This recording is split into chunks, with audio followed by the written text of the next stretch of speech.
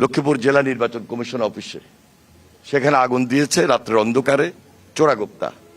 আমার বিশ্বাস ওরাই ওই অপকর্মের সাথে জড়িত, এই ঘটনার সাথে জড়িত, যারা বিগত 17 বছর যারা লাস্ট আন্দোলনে আমাদের নেতা কর্মীদের উপর বর্বরচিত হামলা করেছিল, গণগ্রেপ্তার করেছিল। আমাদের নেত্রী বেগম খালেদা জিয়া তাকে মিথ্যা মামলা সাজা দিয়ে মাসের পর মাস জেলে রেখেছিল, যারা তারেক রহমানকে ভারপ্রাপ্ত চেয়ারম্যান নির্বাচনে পাঠিয়েছিল। শুধু বিএনপি নেতা কর্মীই নয়, সারা বাংলাদেশের প্রচুর সাধারণ মানুষ আমরা তার ভুক্তভোগী, রাজনীতিবিদরা তার ভুক্তভোগী। আমরা মামলা হামলার শিকার হয়েছি, অত্যাচারিত হয়েছি, নির্যাতিত হয়েছি।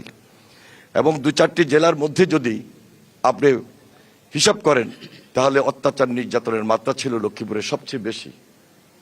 তো এই নির্বাচন কমিশনে তাদের হামলার উদ্দেশ্য ছিল যে আগামী দিনে যে আমাদের কাঙ্ক্ষিত নির্বাচন, এই নির্বাচনকে বন্ধ করে দেওয়া।